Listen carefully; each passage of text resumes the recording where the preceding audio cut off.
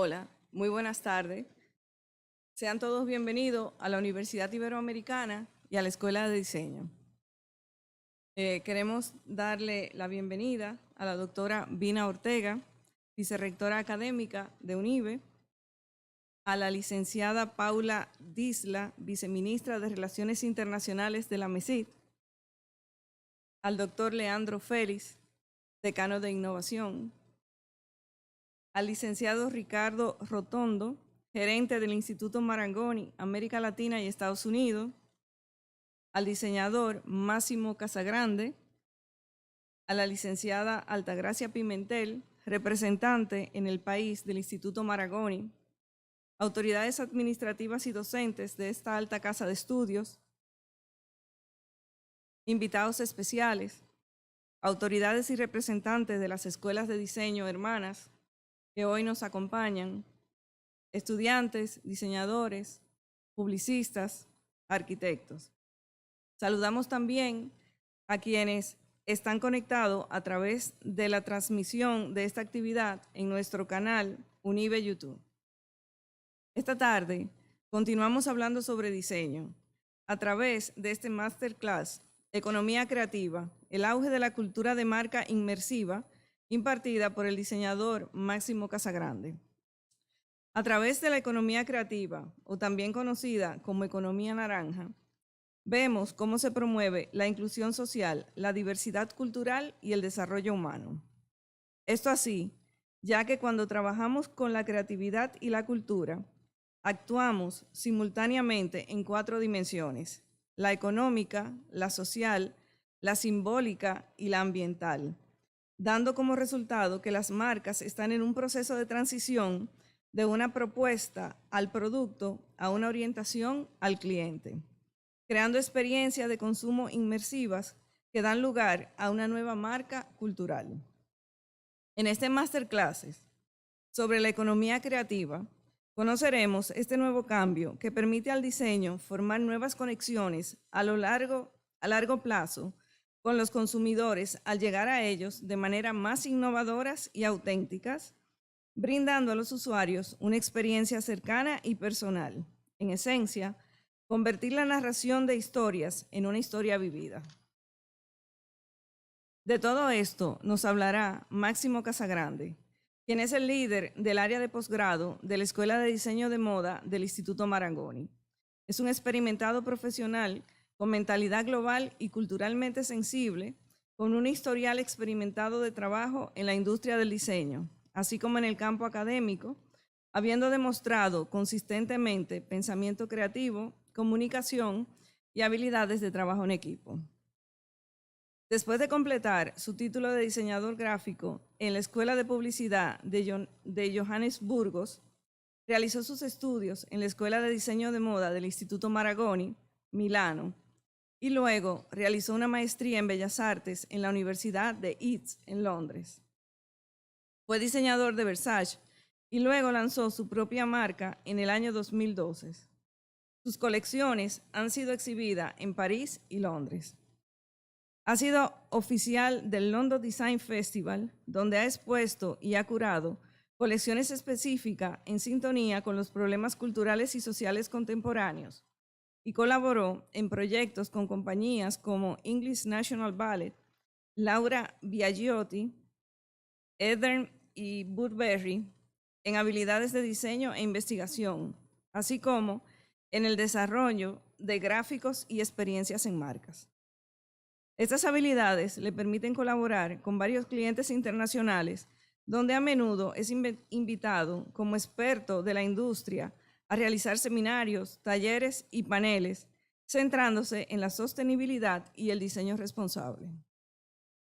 Máximo también es mentor de marcas emergentes, tales como Kika Vargas, Sebastián Grey, Chantal Lacayo, y forma parte del consejo asesor del Latin American Fashion Summit, LAF. Después de 5 años como decano de la Facultad de Moda en el Instituto Marangoni de Miami, actualmente tiene su sede en París como líder del programa de posgrado, enlace y trabajo en red con importantes empresas internacionales de diseño. Sin más preámbulo, Pues recibamos al diseñador Máximo Casagrande.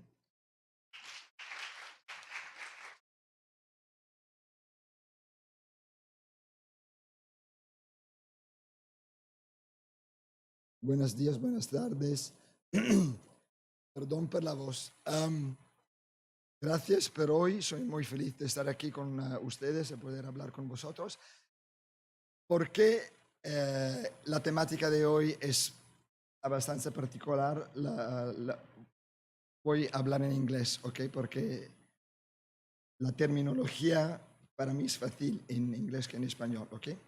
No estoy llorando, es solamente la voz, lo siento. No sé por qué no podemos ver.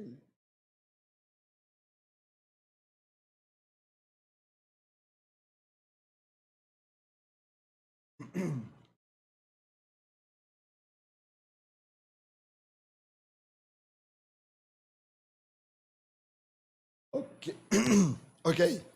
So as we said, wow, I feel like a teenager. My voice is breaking today. As we said, what we're going to be looking at today is what is happening within the design world from an immersive perspective. Okay. First of all, if I speak too fast, raise your hand and tell me to slow down. Okay. If you have a question, please stop me and ask. It's a conversation. Okay. So please feel free to interrupt if you want. But what we're going to be looking at is how the design industry is changing, what is happening through technology, through the environment, through sustainability and economics that is making this change. If we take a look at branding now, this is old school branding. You know, we talk a lot about Web3, but this is what we currently have in place at the moment. This is when we're starting to think about telling a story, when we're starting to think about our consumers, how do we behave, how do we talk to our consumers, this is what comes to mind. But this is the old-fashioned way. We have the brand in the center, we got the press, we have the editorials, we got these newsletters, social media, but things have changed. Things are already changing. When we're creating a brand, the important thing is, this is better.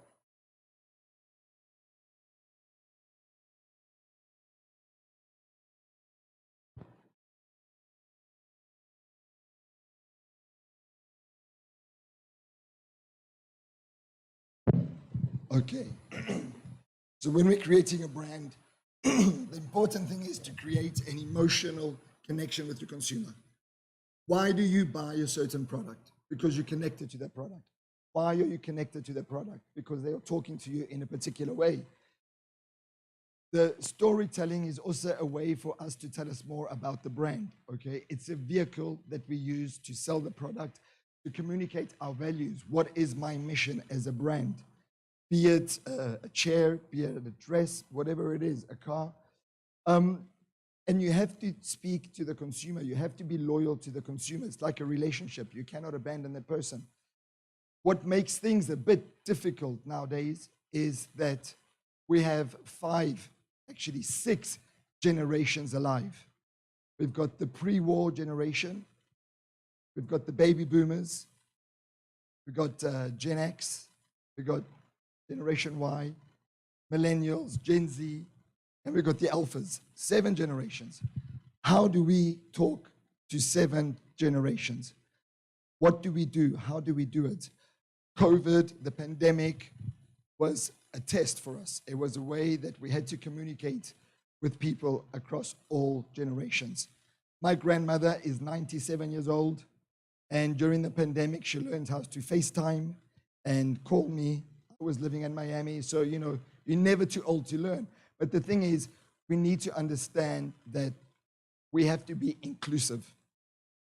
Inclusive is a word we use a lot within the design industry, and we don't mean it as inclusive just about body weight, about shape, size. It's inclusive, meaning we have to include everybody. You also have to think when you're designing something, when you are creating something, how is everybody going to be able to take advantage of that situation? How many times have you gone onto a website or an app and you get frustrated because you can't see something or it doesn't work? You know, how many times when you're creating something are you thinking, you know, we talk a lot about color in design and about texture. Ferragamo has changed its branding and now it's all about red. But what about people who are colorblind? How do they know what red looks like? So that is what I mean about being inclusive. How do you understand? Does another person perceive what's going on? When we start working with brands, we have a table which we call the IPSE table. This is what we use when we're starting to communicate and to tell stories to people, okay? We also see that a brand is both tangible, which means something physical that you can touch, and it's intangible, something you can't touch. You can't touch my feelings, okay? But you can touch my product. You can touch my logo. Sometimes I can make a logo that is 3D. So you have to take these into consideration. This is something that we always use when we are telling stories, but we have to think, how do we apply this to today? And how do we apply this across 6 or 7 generations? We're focusing a lot on Gen Z, but the Alpha generation is rising. So how do we communicate to them, but without forgetting people my age or my parents' age? The thing is, design is all about signs, okay? It's all about signs, it's all about symbols. A chair, if you look at the shape of a chair, it's a sign. If you look at the shape of a dress, it's a sign, okay? So it's understanding how do you translate these signs. If there are no signs, there's no brand. But without a good, solid brand universe, the signs are meaningless. If you have a sign, if you have a symbol, but you don't know how to tell the story, you don't have a foundation for it, it is worthless. It's worth nothing and you cannot use it. Also, it's about transmitting your heritage. It's about transmitting your values. I'm an ethical brand because I work with communities and I provide for the communities, okay? That is a type of value. You have to understand, what are we talking about? What are the values? What is your history? What is your culture? Have you noticed all the heritage brands that keep saying, since this, you know, like Chanel has been since 1912, Vuitton has been since 1800 and something.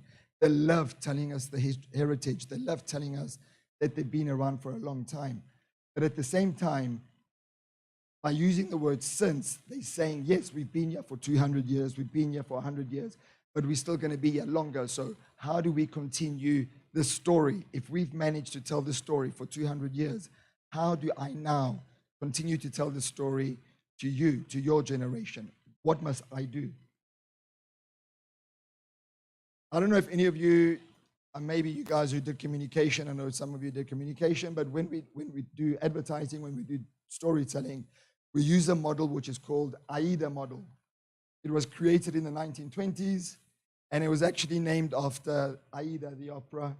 Okay, but what AIDA is, it's basically understanding what the consumer needs in 4 different steps.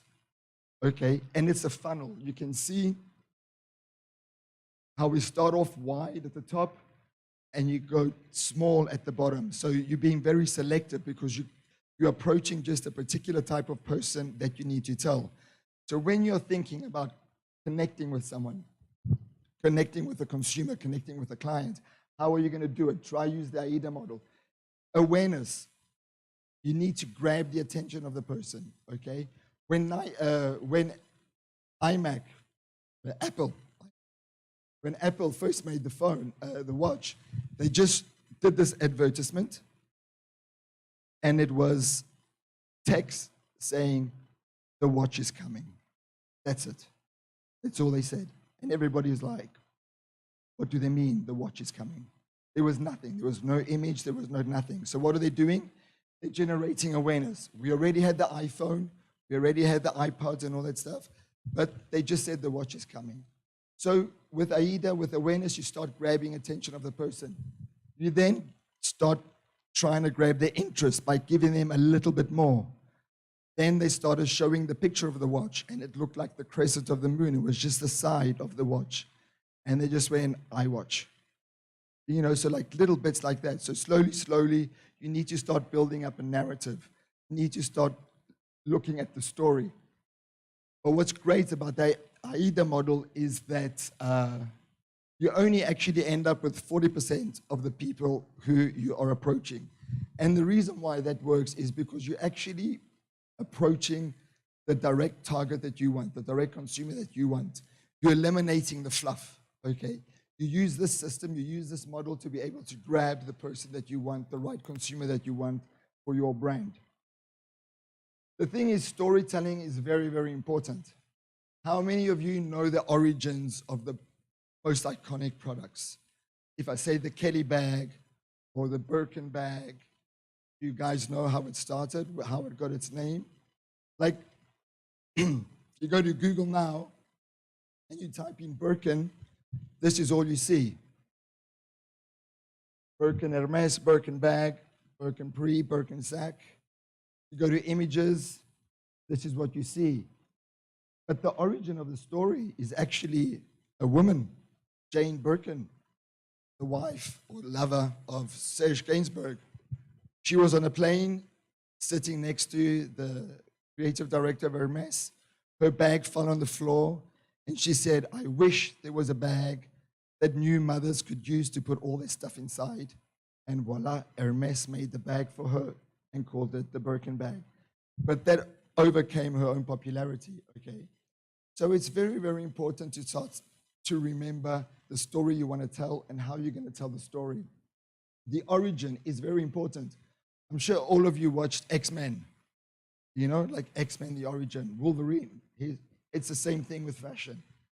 An example I want to show you about a brand that does really great storytelling is Cartier, okay? They've got lots of iconic products, but what I want to focus on is the Panther. The Panther was very iconic. It was created by a woman. And that's one thing I have to say about France. France is one of the only countries where it actually gave birth to female entrepreneurs, okay? Coco Chanel, Schiaparelli, Veuve Clicquot. You all know the champagne Veuve Clicquot? You know what it means? The widow Clicquot. Her husband died, she took over the business, and now it's become part of the LVMH group. We don't know if he lived, if the Veuve Clicquot would be as important as it is now. But that's one great thing about France. It's really, you know, when they say equality, fraternity, they mean it. But I want to show you an example of how they tell the story. This product was created in the 1920s, and it's still going now. You still recognize this. If you see a panther, you automatically associate it to Cartier. And you can see how, when we're talking about something becoming immersive, something becoming experiential, it's about using it in different ways. And by using it in different ways, you're letting many people be able to experience it. Maybe I cannot afford to buy a Cartier Panther, but I can buy the book. I can go to the pop-up store to experience what it's like. I can appreciate the facade if they're showing some lights. So that's what's very important. And what they did is they've actually created a series of movies which started in 2014, and it's called The Odyssey. And it's really, really good because what they've done is they've actually decided to create many videos about the iconic history of the brand, so everybody can understand what the brand is about. And it's really good because the way it's done, it transports you into this mystical, mythological world, but it focuses on the heritage of the Panther, which is so iconic for Cartier. But most important, you also feel closer to the brand. You feel this connection to the brand, the way they're telling the story. So this is the trailer of The Odyssey. So this was 2014.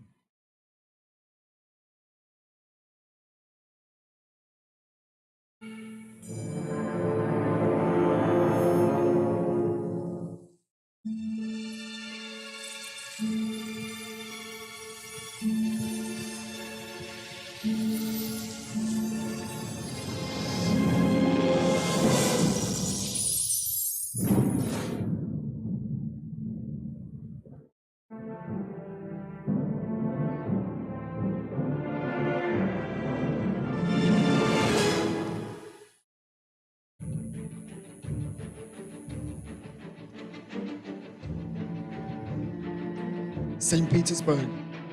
There was a second Cartier shop that ever opened after the one in Paris. Okay, so it was very, very important.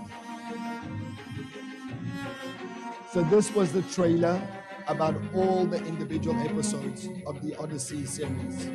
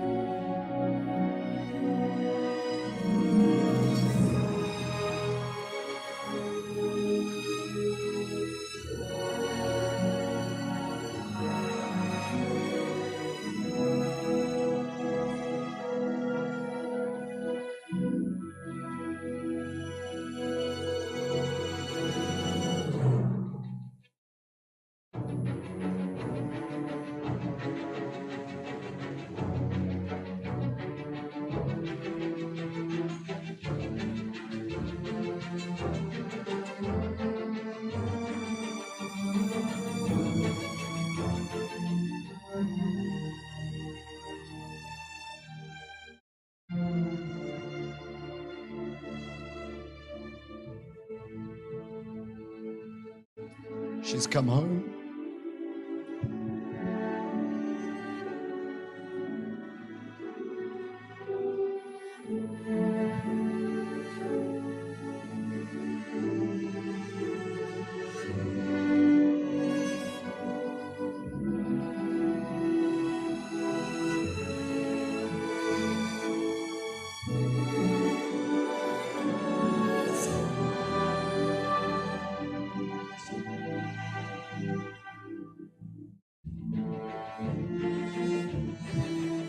Cartier.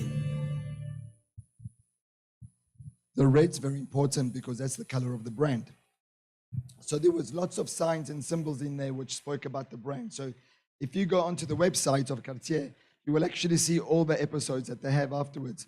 They're short, they're really great graphically, but they divide them up into chapters and they're all in chronological order so you can see when, so the first one is St. Petersburg, and they show you because Cartier had various sons, like the Rothschilds, he sort of sent them out around the world, kind of conquer, and it tells a story of how they came back with inspiration to design the certain type of jewelry that they're doing. Okay, it's very nice. I would recommend you to go there. But the CEO of Montclair said that the world is changing. People don't want the same things as before. People are more demanding and they are expecting more from brands. Okay, so that today we need to find a new way to connect and engage and become pioneers of new messages. And I want to ask you guys, how many of you have maybe canceled the brand or canceled something because you were unhappy about something they did or something they didn't do? How many? Only, okay. Yeah, we all did, okay. So it's true, we expect more from the brands, right? What do we expect from the brands? We want to feel more connected. What happened after COVID? What happened during COVID? We wanted to be more connected to the brand. We wanted to actually appreciate the human side of the brand, okay? We were lacking the human touch. So the whole immersiveness, the whole new story living actually started happening with the advent of COVID, with the beginning of the pandemic. Loewe is a great, great example of how he created story living. Fashion shows were canceled. So what he did was he created a show in the box. You got delivered the box. You had all the pieces. You even had a record. that you had to spin around yourself and you could hear the voices of the people in the factory who were making the garments. So you could hear them chat. So what's happening? You're getting this you're being immersed by sound because you're hearing the people talking while they're sewing the bag. You get the samples of the fabric. So it's a different way of looking at a show, of connecting with the consumer. Do you think this is an original idea? Do you think do you think this has ever been done before, or is it something completely new? To send a box with all miniature versions of the collections? Because it was done originally in the 30s by Marcel Duchamp. So that's the amazing thing about what happened about the pandemic. It forced us to look at the past to see what we could then take to talk to our future generations. So Marcel Duchamp was the first one who thought that we can democratize art. Everybody is entitled to own something. So he was the first person to create miniature copies of his original works. So I used to live in Miami for 5 years, so I know in the US, subscription boxes are very, very common. I don't know if it's the same thing here. There we go, So he's the father of the subscription box, okay? And if you go to Paris and you go to Palais de Tokyo, you can buy one of these boxes for 148 euro, okay? It's still there. But what he did was he recreated the pieces, and it was called a box in a luggage, okay? And it launched in 1936. The last edition was in 1966, but they still have a few left, which they're selling, so that's quite cool. For the second show, Loewe, Jonathan Anderson decided to do show on the wall. The first it was in a box, now it's on a wall. It became wallpaper. So the clothes became life-size. They were as big as you. You could put them on the wall. You could paint them. They gave you the brush, the wallpaper, everything. So you became immersed because then you would start putting stuff on the wall. You could put the whole Loewe collection on the wall. For his autumn-winter, he created a newspaper and said, the show has been cancelled. And inside were all articles written about the collection, okay? So it's a nice way of connecting with people because they become collection pieces, collector's pieces, which you keep with you. It's a different way of seeing the show, of appreciating what the collection is about and understanding more about the brand. What he did was he really wanted to create a new relationship between the brand and the artisans who made the stuff. So if you went onto the Loewe Instagram page, the person who made the bag, who made the shoes, they were the ones who were on Instagram talking and explaining how they made the piña bag or how they made the shoe, how they made whatever. So it was really nice because it's all about, when we say we expect more from the brand, it's because, and I'm talking about inclusivity and equality, it's we want to know who made the stuff. We want to know who is behind the brand. Gen Z, you guys think twice before buying a product. It's been proven. We've analyzed you without you knowing. But you won't buy something unless you're sure it doesn't harm the planet. So you want to know what is behind. I don't know if you guys ever see the Valentino fashion shows.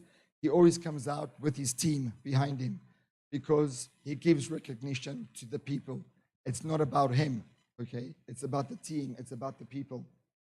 What was also really interesting about Loewe is that during the pandemic, with each season, there would then be a video that came up. Oh, sorry.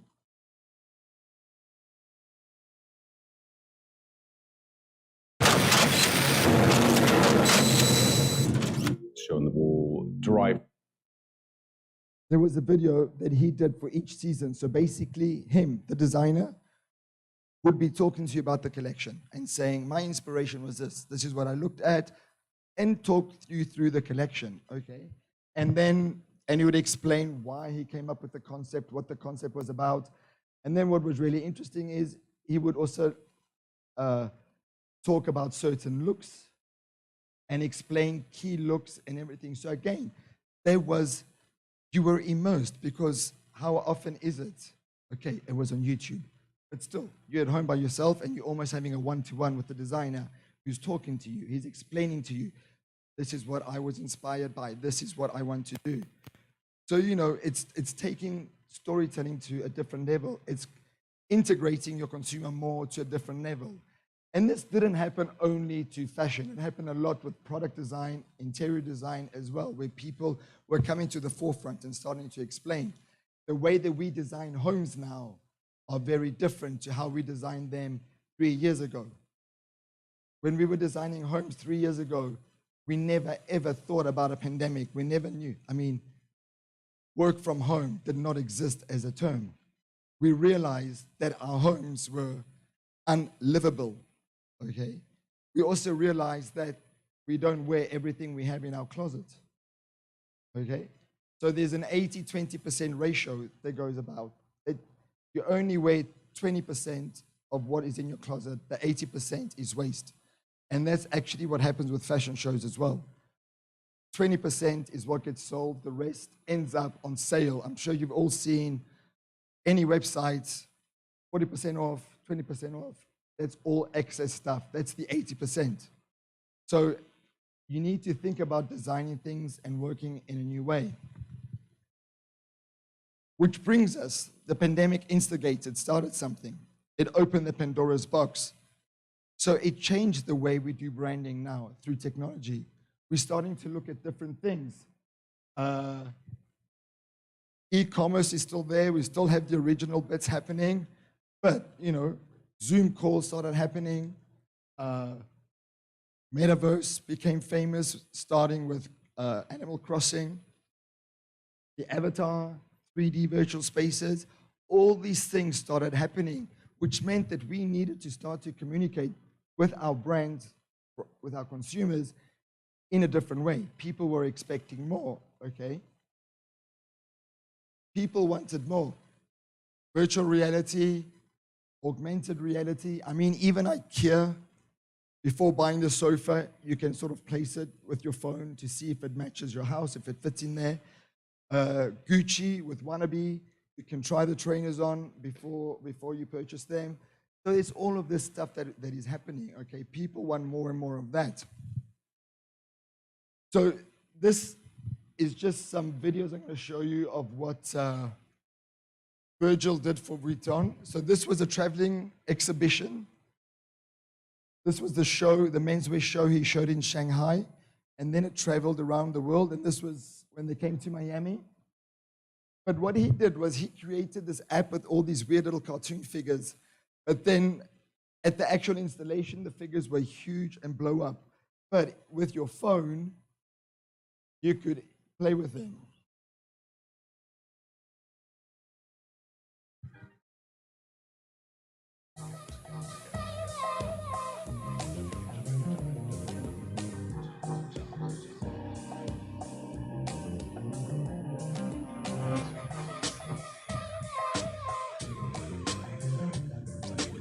But then the good thing is you had the real life ones there at the exhibition. So you had like double of them. Burberry did the same thing with the Olympia bag.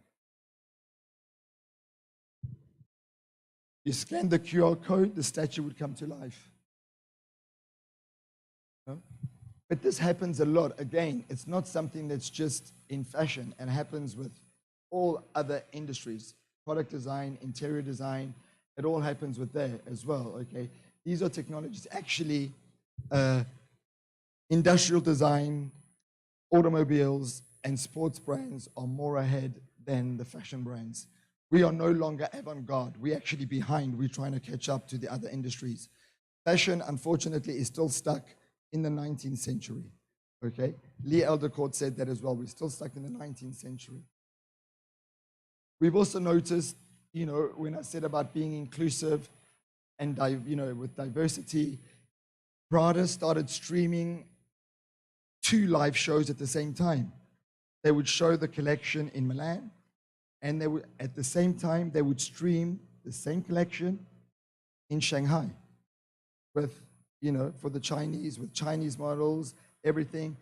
And in Milan, you had the big screens and you could see the Shanghai show, and in Shanghai, you could see the Milan show. Miuccia Prada and And then this is great because then again, you see how your product can be worn by different body types, different cultures, you know, it adds extra layers. What Prada does now, which is really good, is you can buy the set of their fashion shows. So, you know, they're recycling, they're upcycling, so it's not going to waste after the show is over. So you can purchase the carpet that the models walked on or some of the seats, which is good because then what happens? It's a different way of you being connected to the brand. It's another immersive way for you to be part of the brand story, the heritage of the brand.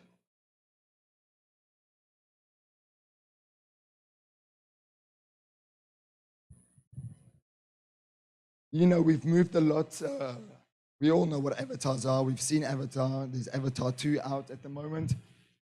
But Prada came up with this perfume in 2011, I think it was.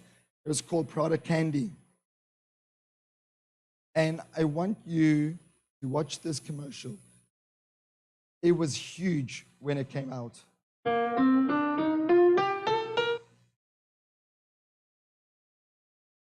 Running wild, lost control. Running wild, mighty bold. Feeling gay, reckless too. Carefree mind all the time, never blue. Always going, don't know where. Always showing, I don't care. I don't care! Prada Candy. the new fragrance by Prada. What do you think of the commercial? Does it feel old? No? It doesn't feel old? Okay. What? What about like the colors? Like when you look at her, what the perfume is called Candy, and you look at her, she's this little capricious girl. No, she looks like a spoiled brat, but she has these like amazing surroundings and that. Okay. So what happened is they relaunched the perfume, but what they've done this time is they used a virtual influencer. The bottle is real. It's the real perfume bottle, but the model does not exist. She's not human.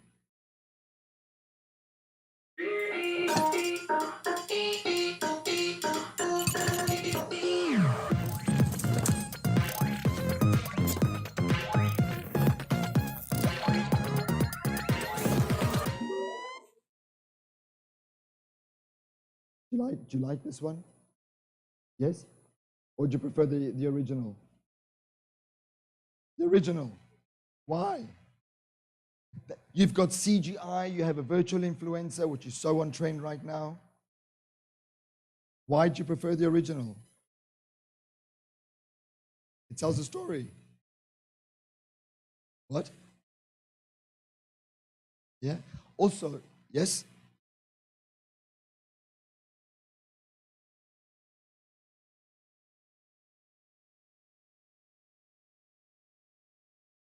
Old people would think what?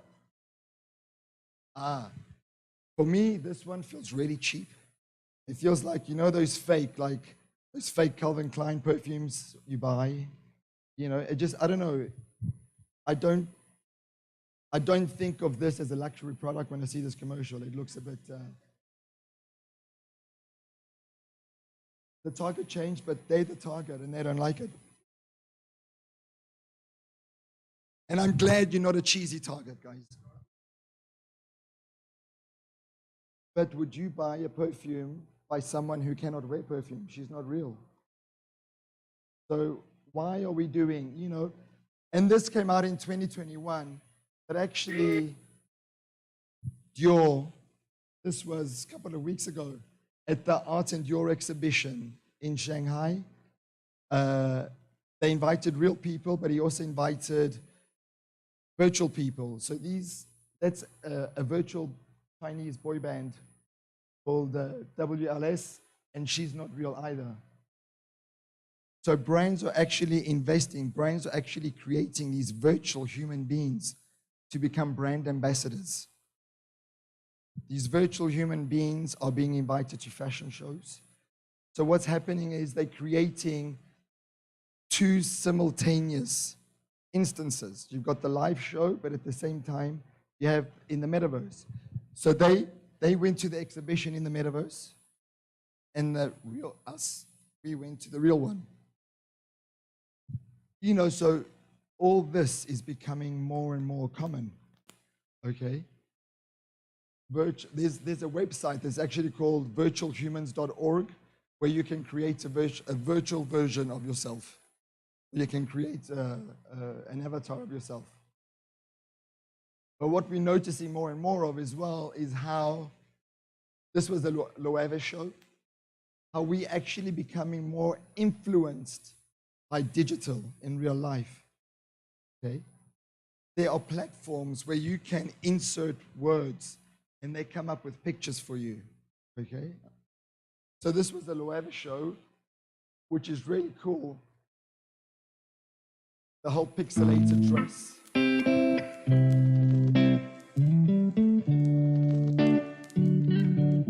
It's the Minecraft collection.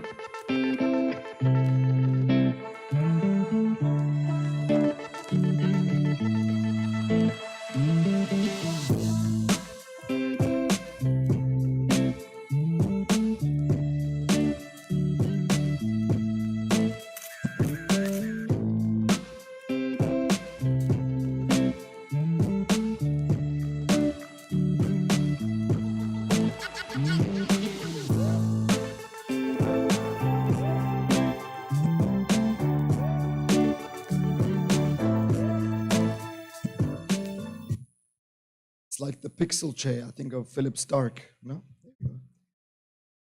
It's the Minecraft collection. You know, but that's the thing, people, you know, we're starting to become, because we are constantly looking and we are constantly surrounded by images, constantly. Susan Sontag, she was a writer, I don't know if you guys know her. She wrote, I think it was 1977, she said, our life is gonna end up being a Polaroid, and she was right. You know, we got Instagram, everything is about photographs. I mean, how many of you actually take a picture before your meal, before you eat it? You know, like, everything has to be documented. Like, have you actually lived if you haven't taken a picture and posted it somewhere? You know? And then we also had, you know, talking about symbols and signs. A logo is the first symbol of a brand. It's the first thing that you connect with an audience. And look what happened. We had all the brands that were changing their logos. I mean, Yves Saint Laurent was designed by Cassandra. He was one of the best graphic designers in France in the 1930s. All those old posters you see of like Normandy, train tracks and everything, he designed that. And everything changed. Look, all the logos are looking the same. Why is that happening? It's called blending. Why are we blending? Why are we conforming to look like each other? There's no more identity, you know? Yeah.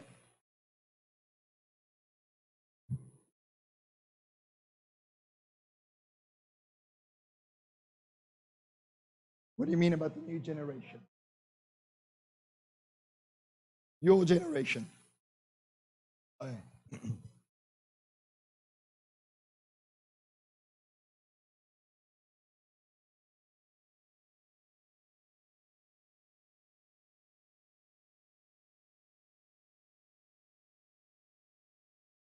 I know. Like this now, it's all like, these are original. These never changed. So Chanel, since 1912, has always been the same logo. So she was very good, you see? But all the others changed. Okay.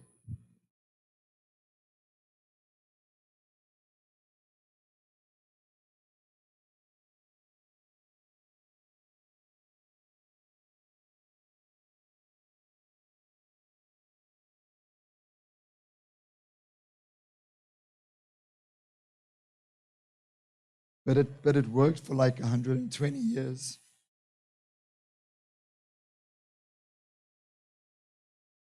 There was huge scandal when this happened.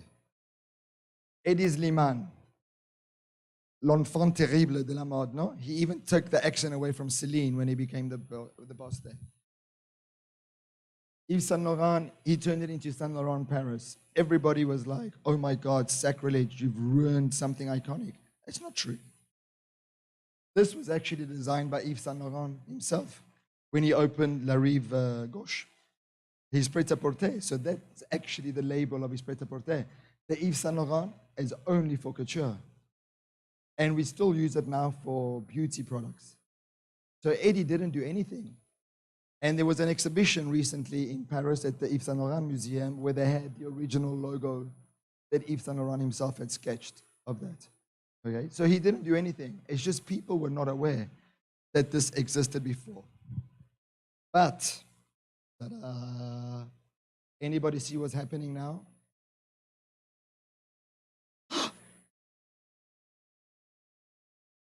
Yeah. And guess what else is happening? Guess who's back? So why are we going back to old school? Yes.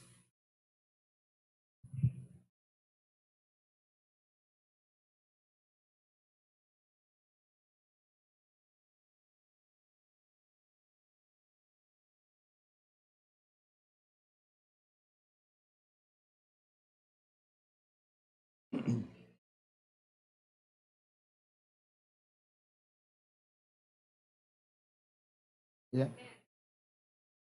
And like now the old ones look so much more contemporary and new, right? I mean, all he did here was take away the Eve. He kept the Saint Laurent because it's exactly the same. But it feels so much better. Of course. Whenever there's, we're living in a moment, I forgot what it's called, poly something, I don't remember, which basically means when we had a lots of series of unfortunate events happened, okay? We're in that moment and consumers are wanting something a bit more to relate to and go to. That's why whenever there's a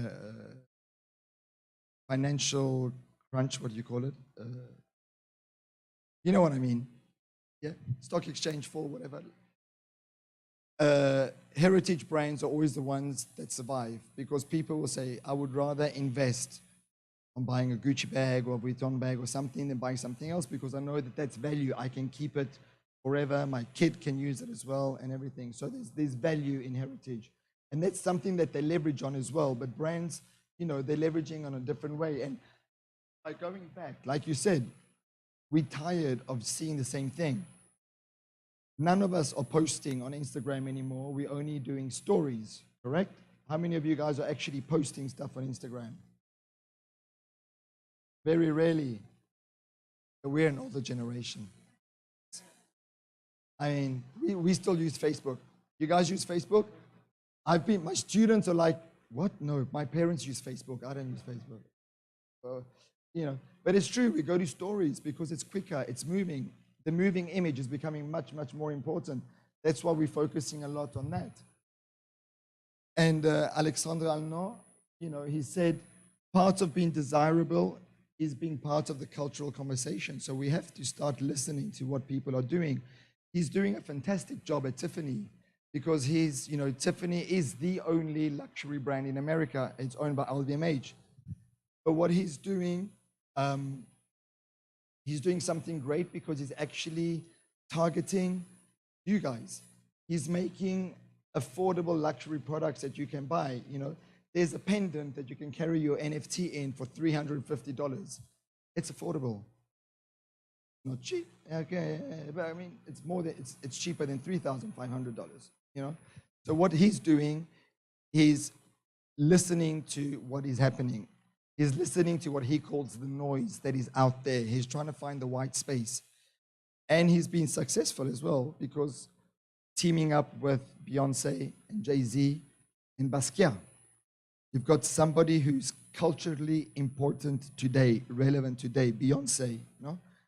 And then you go Basquiat, who's this, again, heritage. He's iconic. And he actually did this painting using Tiffany blue. So there was an amazing, there's this history that's going on there. But the thing is, we need to, as brands, as designers, we have to move with the speed of the culture. What is happening at the moment?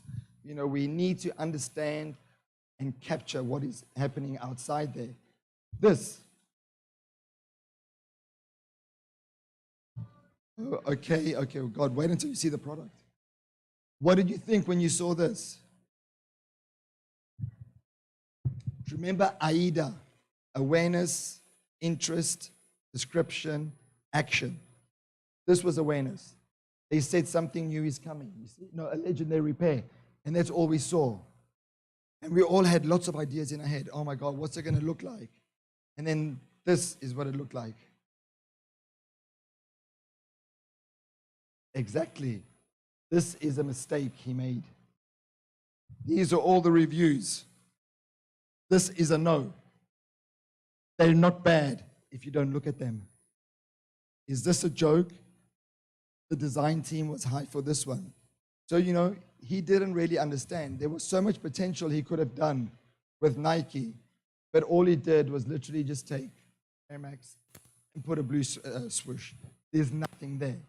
And it really backfired. So it's very important to be able to understand, we need to keep our pulse on what is happening out there today. We need to understand the whole time, what are people thinking? What are they wanting, okay? Also, we're talking about cultural things, but cultural impact lasts a lifetime.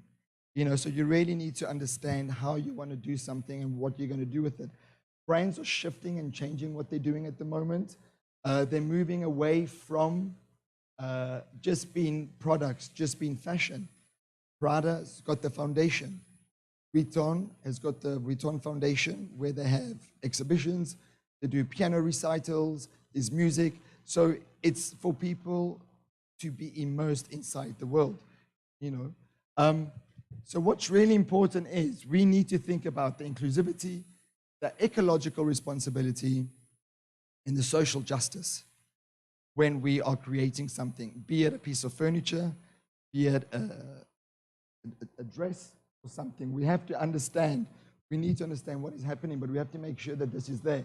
Authenticity, social environment is very, very important. That's what your consumers want the whole time. And that is what is the new savoir-faire. The savoir-faire is the know-how.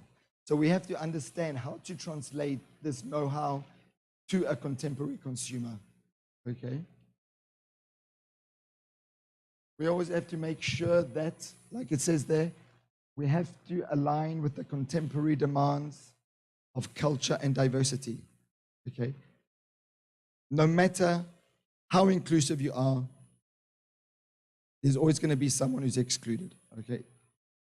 You can never be 100% sustainable as well, okay? But you work towards it. You work towards understanding what the consumers want. So what we need to do, what brands need to start doing, is starting to think of new ways of working, new ways of capturing consumers, new ways of getting the consumer to come. There's three types of consumers. One, got no idea who you are. Second type of a consumer, they know you, but they've never bought anything from you. And then the third one is someone that might have bought something for you to gift to somebody else, okay? So the thing is, when you're thinking about all these things, when you're thinking about immersive situations, when you're thinking about experiential situations, how do you capture these three people, plus at the same time, 7 living generations, plus millennials have got an 8-second memory attention span, and Gen Z has got 6 seconds. So how do you stop someone from scrolling in 6 seconds or 8 seconds? Do you have the answer? Oh, but you could have made money.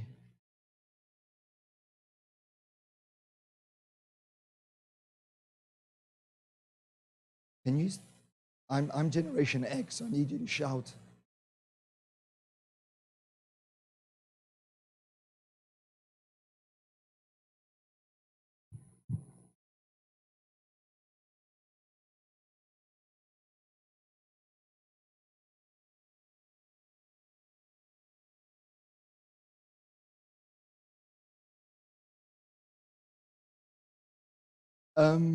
Yes and no.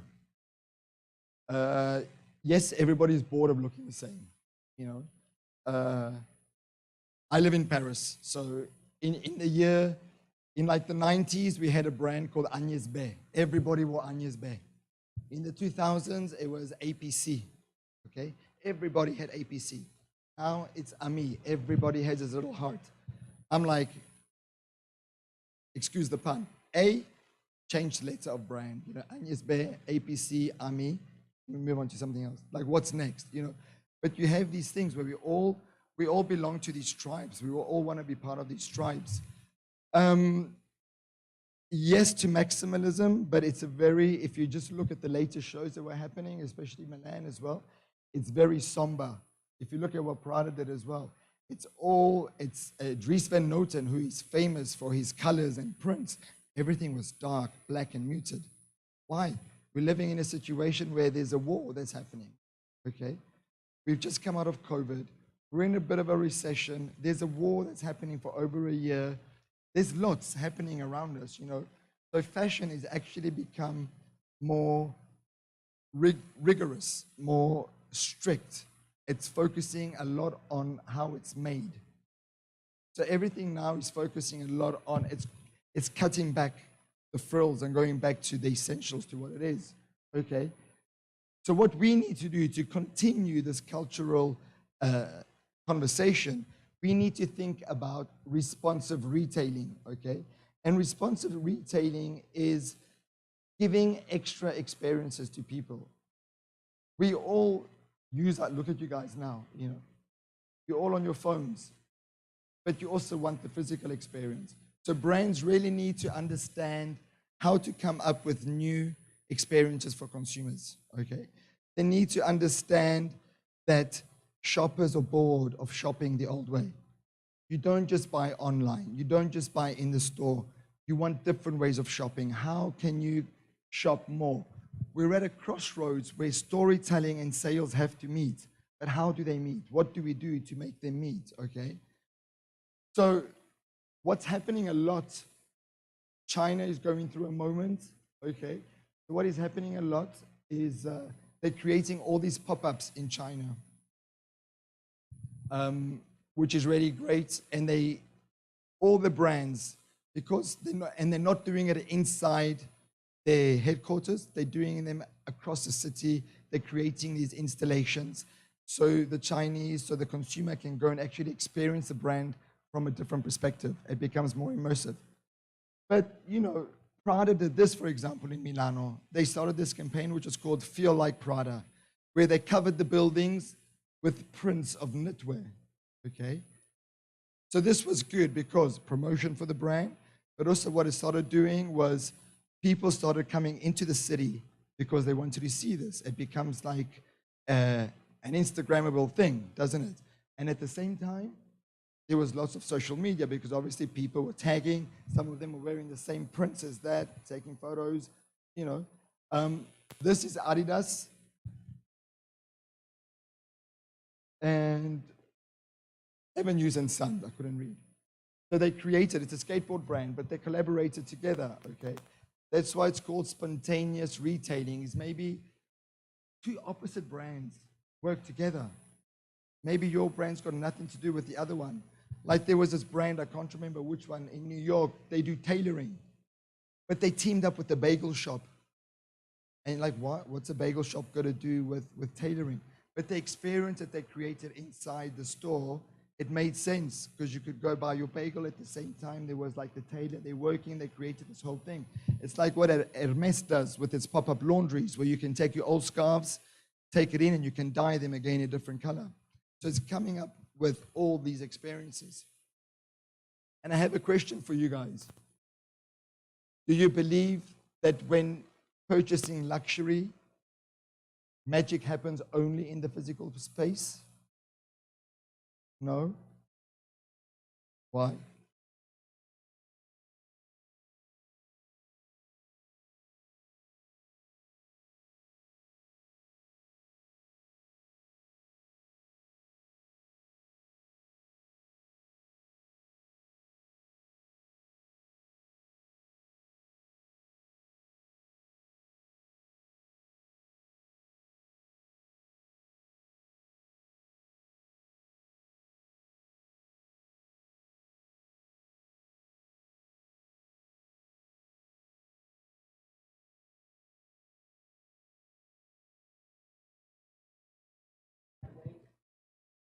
That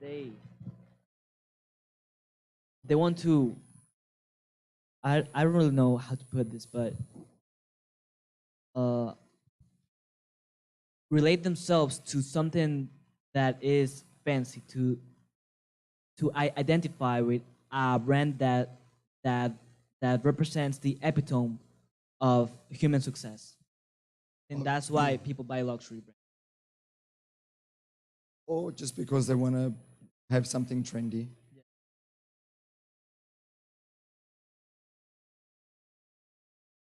Mike's coming. Okay, so when it comes to the question about if magic happens only in the physical space, I'd argue it happens way more in the mental space than anything else. Because I feel like when people purchase a luxury item, even though yes, to if you're supposed to be buying luxury, supposedly you should have all your other needs completed, like he said. But there's people who only buy luxury items because of the status or because how it makes them feel. So I feel like the True. magic happens way more in a mental space than the actual physical one. But it's true, but like when you guys go shopping now and you go inside the store, do you feel something's changed from maybe 2 3 years ago? I think we're all expecting a little bit more from the store now. The store has completely changed to what it was. So like, there's no right answer, there's no wrong answer. But the thing is, what's happening is that the stores are adapting. They interviewed 30,000 shoppers across US, France, Brazil, Japan, Australia. And this is what they want. 46% of the shoppers feel that the physical product has to be a virtual product as well. Okay? 47% are interested in using devices in store to virtually try on products. So they want to be in the physical store, but they want to try the clothes on digitally, virtually, instead of actually putting it on physically. And 47% are always interested in the virtual try-on. So you've got 40% of these 30,000 who are constantly doing virtual try-ons.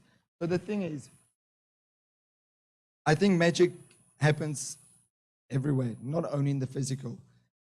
But in the physical, we have to start bringing in the digital because we're so used to it. That's why we talk about omni-channel, because we need to have a seamless shopping experience. We have to have a seamless, immersive experience. I have to be able to experience the same thing in the shop as I do online, okay? Or how do I make sure that my consumer online is experiencing exactly the same thing as when they come in the store?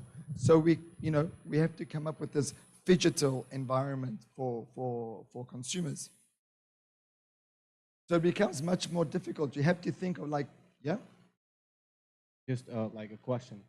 If you make the virtual experience, let's say, just as good as the physical one, doesn't the physical one lose its magic? Doesn't the attraction of going to the actual shop get lost if you can do the same thing online? It doesn't lose its magic, it adds to it. Like look at Nike. But when you go inside, they have like the touch screen, you can see, you become immersed. And you might say to your friends, you know what, oh shit, come to the Nike store. It's so cool because you can play with this gadget or whatever. It's not losing its magic, it's adding extra magic. It's adding an extra layer. So other brands like McQueen or Burberry, you can actually, in the change room on the mirror, you can sort of see if something doesn't fit, if they have another size or what other store you can go do it, So it's very, very important that. What's also very important, guys, is what people don't consider or don't think. It's the last mile. You know what the last mile is? The last mile is once you've paid and you're waiting for your product to arrive. Okay? The thing is, we never know exactly when it is going to arrive. Right? We all know that we want it. If I'm buying something today, I want it yesterday. And it's possible with Amazon Prime and all that stuff. We don't have patience anymore. But the last mile is the white space that's there. How do you make that seamless? So LVMH within the group, in cities to be sustainable, whatever, they've got people on bikes who take stuff and they're able to estimate how it is. But that's the huge gap, you know, that the last mile is the piece of luxury that needs to be fixed, because it can say to you, you're going to get your product in 2 days, but you never know exactly what time. How amazing would it be if you knew exactly what time your product was going to come? But you can't. And I don't think it'll ever be possible because of the human factor. If you live like me in France, there's a strike every week. So, you know, you're messed up if you're waiting for stuff to come. Vuitton launched, so, you know, so it's about creating these immersive things. It's phygital. You want people to connect, even if they're not your consumers, but you want them to be able to connect, because it's like the dangling carrot in front. You want them to be able to be part of you. So Vuitton has teamed up for the second time to work with the Yokosuka. First time they just did bags. But what they've done this time is they've actually gone old school and completely new school and meta school.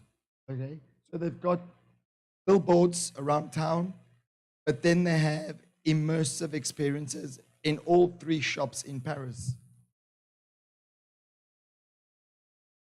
Because what we need to do as brands, this is from the guideline of the Metaverse book. It says that brands need to entertain, educate, engage, excite, and most important, they then have to e-com. Okay? That's the important part, e-com. Because people go inside the store, they don't buy, they'll buy at home. I'm guilty of that. I go to the store, try something on.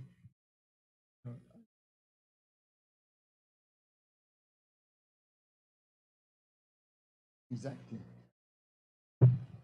And this is the Vuitton installations in Paris. Don't be scared, but they've created a robot of her and she's painting. It's freaky to look at when you're there. You know, and then, so this is Place Vendôme. This is the Champs-Élysées by the Arc de Triomphe. There's a huge Yayoi Kusama on top of the building, putting polka dots. Avenue Montaigne, it's this with all the polka dots. And then we have the classic billboards all over town in Paris.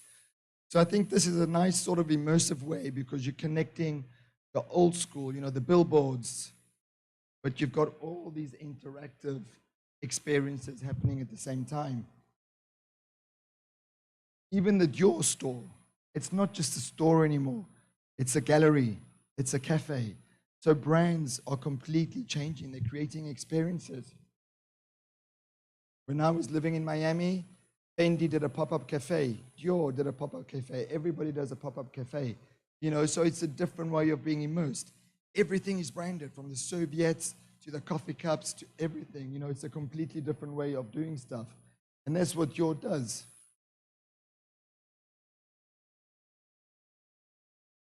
But what does this talk to you about?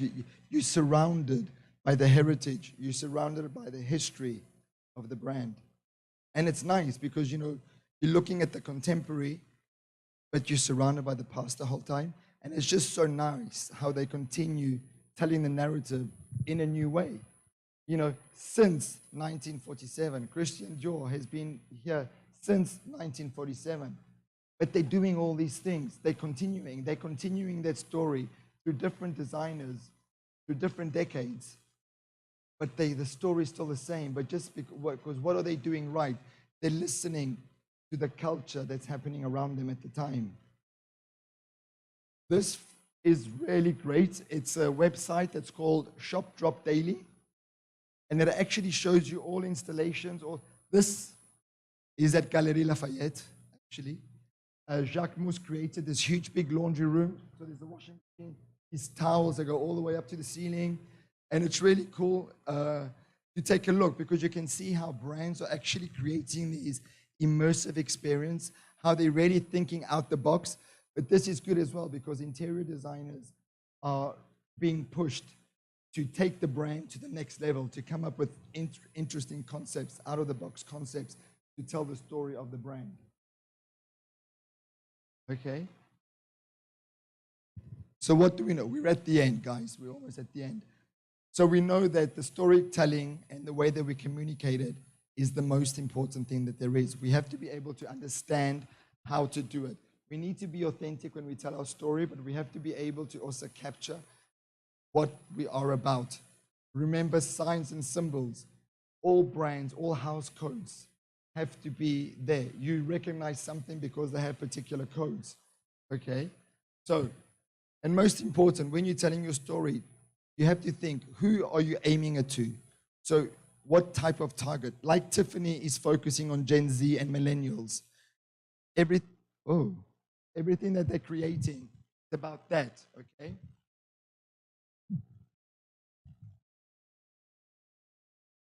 You can be bold with your story, but not everybody might. Not everybody might like what you're doing, okay? You can work with micro creators, or maybe work with people who have got nothing to do with your brand. So you're creating these weird partnerships. Supreme used to be the bad kid on the block, but then ended up working with everybody, Dior, Vuitton, everything, okay? So start thinking of ideas of how you can tell a new narrative that you have to tell.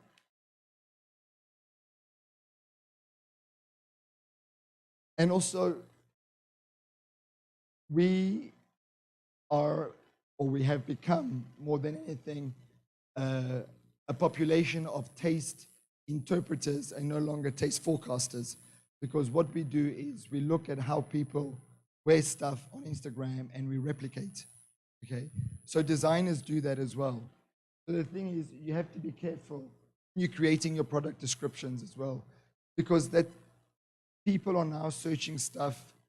Forecasters are actually looking at Instagram more than street style and all of that, okay? So hashtags, words are very, very important. So start looking at what is happening around you. And then most important, the biggest challenge we see is shift in values, okay? Consumers care about equality, sustainability, diversity, and inclusion, and they want brands to reflect these values in what they do. We all know what happened with Balenciaga, okay? Cancel culture happened, so brands have got a responsibility. They're no longer just a product, okay? They are a cultural institution. They have become a cultural institution, so they have these responsibilities, okay? We know Vuitton is expensive. We know they make great bags, but what else? They, what makes them special, or what makes them even more luxurious, is the fact that they have all these other things that they're doing, okay? So it's all about that. I would suggest to you guys a recommendation. I asked my kids to do that as well, is to watch this documentary. It's called No Logo. The book came out in 1999, so many years before Instagram was even born. And it was the first book ever, it was the first business book that ever spoke about branding. Because before, and it was the first book that ever spoke about sort of branding and storytelling, because before everything was about product, okay? The book came out in 1999, and just before that, in Seattle in November, there were protesters who were against climate change and against unethical issues of people working in factories. 30 years later, you guys are still doing the same thing. You still, so nothing has changed. But I would suggest, watch that movie. It's 46 minutes and 42 seconds. Watch it. It's divided into 3 parts. No Job, No Logo, and I can't remember what the other one is. But it's just really interesting to see how brands used to behave back then, and how some things are similar now, but how some things have changed. Okay? And that's it, guys. Thank you.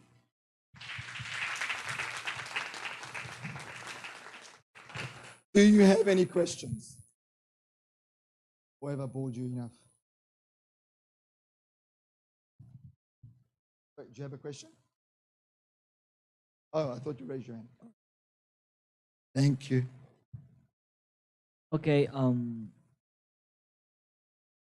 can luxury marketing be applied to any business? I mean, not all of us work with luxury brands, so how could we apply some of the principles from luxury brands to a regular brand or a small business?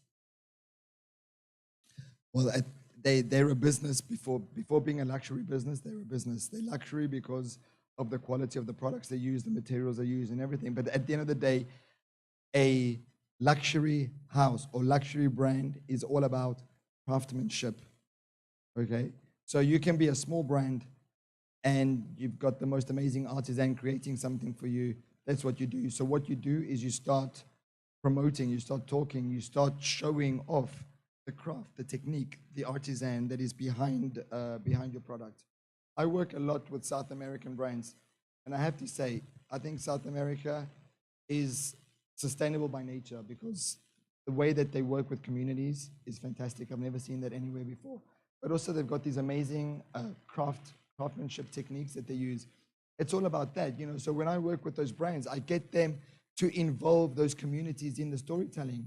Because imagine I buy something and you say, oh, where's that from? And I said, oh my God, this, I don't know, this woman from this tribe, she made it, blah, blah, blah. You know, that's the narrative, that's the storytelling. That becomes a unique selling point of this brand, is because there's something special. There's this human factor that's behind there.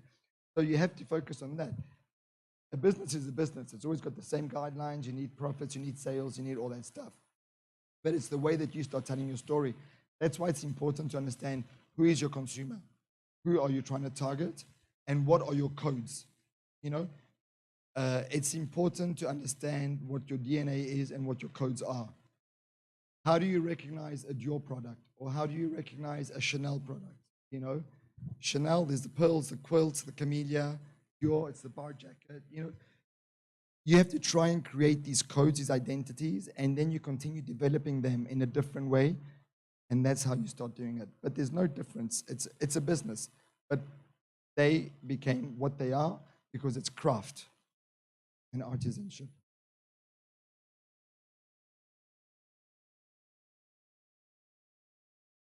I have a question. Initially, in the past, you said about the luxury, and if even to go to the place itself, it will make you feel luxurious.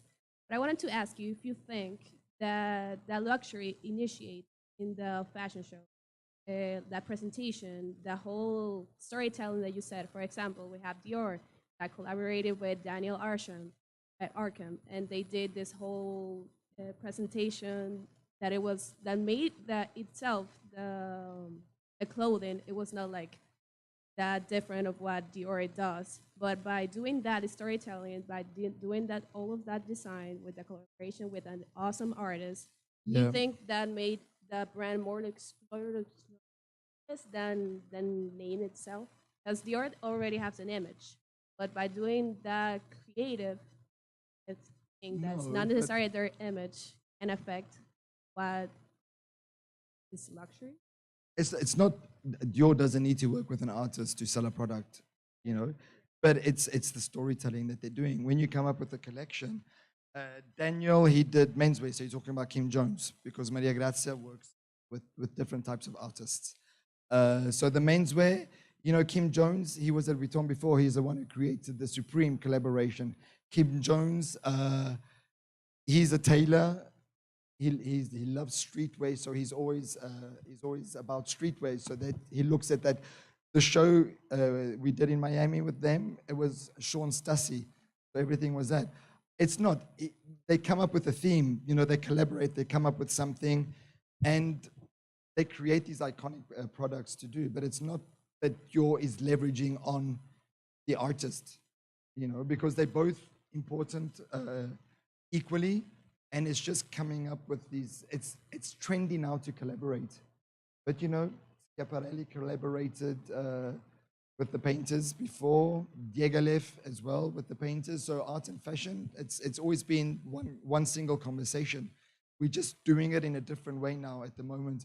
And it's becoming more immersive. Like Maria Grazia Curie, 2 seasons ago, she worked with these Indian embroiderers, and they created these huge tapestries all around. You know, she's all about feminism. So every time she looks at a collection, it's about, they're like telling me to quit. It's about, you know, it's referencing the feminist. So she always looks at a feminist artist, a feminist writer, and all of that. So it's continuing maybe a narrative that the brand is focusing on, a story that they want to tell. But most of the time, it's about the collection. You know, they're taking the coat of the house and adapting it. The brand's been there for 70 years. If we're talking about Dior, to exist for another 70 years, it needs to start changing the product and focusing more towards younger consumer. And a younger consumer means maybe having to work with Pharrell Williams at Vuitton. You know, it's that. So it's having to adapt and to give life, to continue the brand to live. I think my time's up. Última pregunta, last question.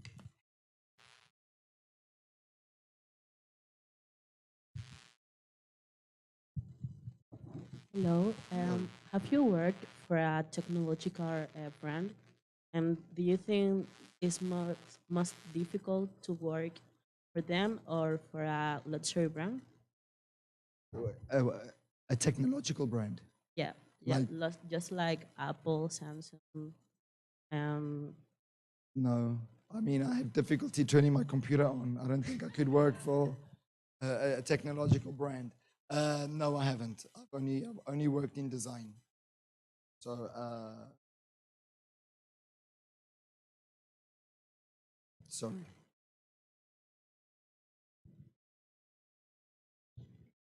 Well, I would like to know, like, what would be your advice for, like, because we've talked about fashion, we've talked about products, but like more into interior design, for example. How do you think we could apply everything you just said? Okay. Yeah, I know. Sorry to So, for interrupt, example, Mama. if we're talking about sustainability or stuff like that, there's an Italian company called Begea, and they make leather from the leftover grapes when you make wine. They teamed up with Bentley, so all the leather seats come from there. You know, Mercedes, they designed a new car with these new electronical features. It flopped massively in China because the Chinese no longer want digital, they want hands-on experience. So I think it's understanding what's happening out there. You know, sustainability, different types of materials. We're looking a lot at biodegradable materials, how food waste is becoming product, so that can get used in design. You know, there's a guy who takes all the algae from Venice and turns it into paper that becomes wallpaper. So I think it's just considering materials. Balenciaga did this amazing installation at Design Miami, where he created a sofa set. Okay, it was transparent, but the stuffing inside was all unsold clothes. So he took all the dead stock, the unsold, and turned it into sofa, which was like a pistoletto sculpture, but inside a sofa. You know, I think the options are endless there as well. It's taking the key things, you know, the ethical responsibility, the sustainable responsibility, and the new materials. What new materials? Hermes is launching the bag made from mycelium, which is mushrooms. You can use that. In furniture as well. Okay. Well, thank you in name of the Univa community and the students here. We want to thank you because this was a really interesting talk. Thank you. Thank you.